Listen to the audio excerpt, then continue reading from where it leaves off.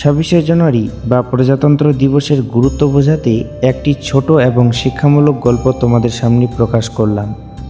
গল্পের নাম দাদুর ডায়েরি ও প্রজাতন্ত্রের ইতিহাস। পাহাড় ঘেরা ছোট এক গ্রামে ছোট অয়ন তার দাদুর সাথে প্রজাতন্ত্র দিবসের প্রস্তুতি নিচ্ছিল।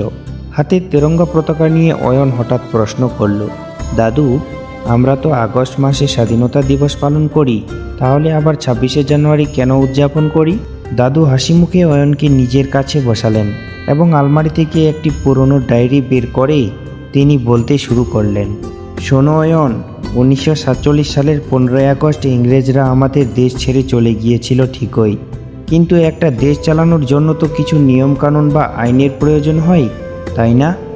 যেমন তোমার স্কুলের ডায়েরিতে নিয়ম লেখা থাকে, তেমন ওই দেশ চালানোর নিয়মকে বলা হয় সংবিধান। অয়ন মন দিয়ে শুনছিল। দাদু বলতে থাকলেন, দেশ স্বাধীন হওয়ার পর ডক্টর বি.আর. আম্বেদকর এবং একদল পণ্ডিত মানুষ মিলে দীর্ঘ পরিশ্রম করে ভারতের এই সংবিধান বা আইন গ্রন্থ তৈরি করেছিলেন। কিন্তু এই 26শে জানুয়ারি তারিখটিকেই কেন বেছে নেওয়া হলো জানো? দাদু ডায়েরির একটা পাতা উল্টে বললেন, এর এক ঐতিহাসিক কারণ আছে। 1930 সালের 26শে জানুয়ারি ভারতের স্বাধীনতা সংগ্রামীরা প্রথম পূর্ণ স্বরাজ বা সম্পূর্ণ স্বাধীনতার শপথ নিয়েছিলেন। সেই দিনটিকে সম্মান জানাতেই 1950 সালের 26শে জানুয়ারি থেকে আমাদের সংবিধান কার্যকর করা হয়। দাদু অয়নের মাথায় হাত বুলিয়ে বললেন, এই দিন থেকে ভারত একটি প্রজাতান্ত্রিক দেশ হিসেবে আত্মপ্রকাশ করে।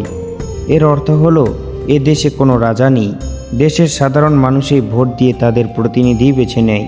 সাধারণ মানুষের হাতেই থাকে আসল ক্ষমতা। অয়ন গর্বের সাথে তার পতাকাটির দিকে তাকালো। সে বুঝতে পারল 26শে জানুয়ারি শুধু কুচকাওয়াজ বা ছুটির দিন নয়, এটি আমাদের অধিকার এবং মর্যাদার দিন। সে মনে মনে ঠিক করল, বড় হয়ে সেও এই সংবিধানের নিয়ম মেনে একজন আদর্শ নাগরিক হবে।